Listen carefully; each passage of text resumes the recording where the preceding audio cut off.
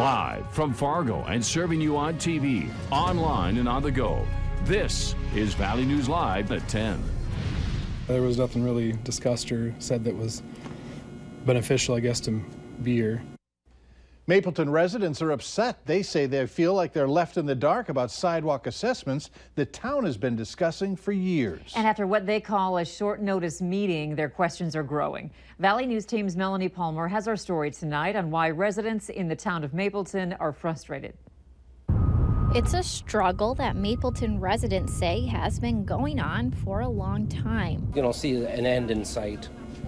Put some resolution to this, but as it played out is really just nothing. But the discussion over assessing the sidewalks continues. You see, the city of Mapleton is fixing a mistake that residents call unfair. One that included those 4 lots on the cul-de-sac. But how the city is determining the cost has residents scratching their heads. That said they were taking $30,000 to be deducted from the total amount of the assessment. And now they have this spreadsheet that the $30,000 is not off the total amount, and the total amount's at like $67,000, so it's a big difference. A special meeting was held by city council members today. The announcement for the meeting was officially made on Friday, but a rash of residents say they just found out about it a couple hours prior, and they aren't happy with the short notice and what they call lack of information. I guess this was just to let us know that they have a piece of paper. The initial purpose of the meeting was to discuss selling a tractor at an auction, but a spreadsheet is being given out to residents demonstrating how the city plans to give the assessments out evenly. This project's been going on for a long time. There's been a lot of discussion on it. So that's what we're trying to do, is just spread them out, make them fair. And that's just a draft of what them specials could actually look like in the future. Residents are wanting the city to put an end to the matter, and they are hoping that everything will be finalized at the next meeting. In Mapleton, Melanie Palmer, Valley News Live. The next city council meeting will be held on December 12th. The final assessments are due by 2018. We're now getting our first look at plans to reshape the West Fargo Police Department. West Fargo's police chief has indicated that he wants 7 new officers to patrol the streets of West Fargo. It's part of Heath Yonke's plans to reshape that department. The additional staff, along with promotions, are meant to address concerns that came up in an internal survey of the police department. The chief says that survey was simply a tool to show where the department can improve, and they are now focused on looking ahead. When you look at the overall comments, we are headed in the right direction. We are one united team moving forward. We have put the past in the past, and we are moving forward. And I think if you look at the overall comments, you will see that people are seeing new leadership, and they are seeing us move in the right direction.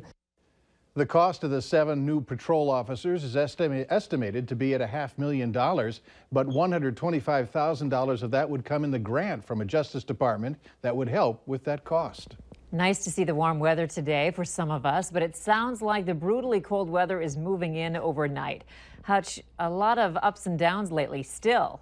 Yeah, indeed, and changes are being brought in by some very gusty northwest winds that have topped 55 miles per hour in the Devil's Lake Basin. Snow still lingers up near Winnipeg, where it's getting a little slippery up there. We've held off the flakes for now across the valley, but the north winds are very gusty, and again, over 50 miles per hour into the overnight hours will keep things humming overnight. Wind advisory mainly for the northern valley, although we will too see gusts over 40 miles per hour here in the southern valley as cold air, the pink that you see on your screen, is ushered its way in. By morning, wind chills could be as cold as 15 below in spots. It looks like a blustery Tuesday.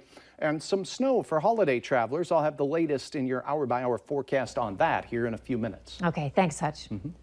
Sex injuries are on the rise, up 80% in the last 5 years, according to a new study. And the #1 place couples hurt themselves, the bathroom. Slips and falls, rug burns, and muscle strains are a few common injuries, but there are other more serious issues. Valley News Team's crime and safety reporter Nicole Johnson shows us a deeper issue that's going on in our community.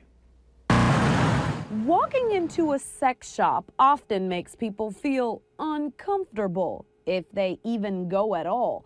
But those working here say not talking about sex is actually the problem, especially when it comes to parents talking to their teenage girls. Well, if they're uncomfortable talking to her about that, imagine how uncomfortable she is bringing it up to them. So you know she has questions. So if she can't ask her parents, who's she going to ask? She's going to ask her girlfriends at school, or she's going to go online. Well, there's a lot of information online, and some of it's really good and some of it's bad. Bad information, as well as videos that teens and adults are easily watching that is contributing to the increase in sex-related injuries. That's not normal. People can't do that.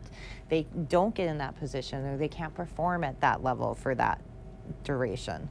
Kim Patterson says schools and parents should be teaching kids about sex, but first, adults need to educate themselves with good facts. I mean, if you don't know how to work on your car, that's the last thing you want to do is try to do that, because you could do more damage. So it's the same thing with sex. If one of the partners wants to go and make love all the time, every day, okay, that simply means there's an emptiness in the subconscious mind. Hypnotherapist Leanne Martin says the problem is much deeper.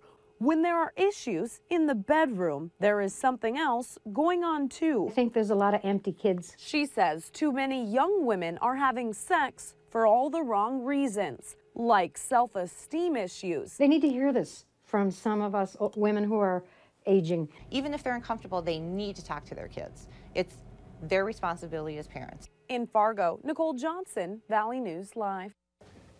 The owner of Enchantises points out that they've gone through hours of classes learning about health products, aging, and all kinds of information when it comes to sex. That's the reason they opened the shop in the first place. Tesla is changing the car game again, this time bringing in a supercar that may be capable of flying. That's later on Valley News Live at 10. But first, plenty of roads are in rough shape in Grand Forks. Thanks to a sales tax hike, they'll be fixed, but perhaps not in the order you might think.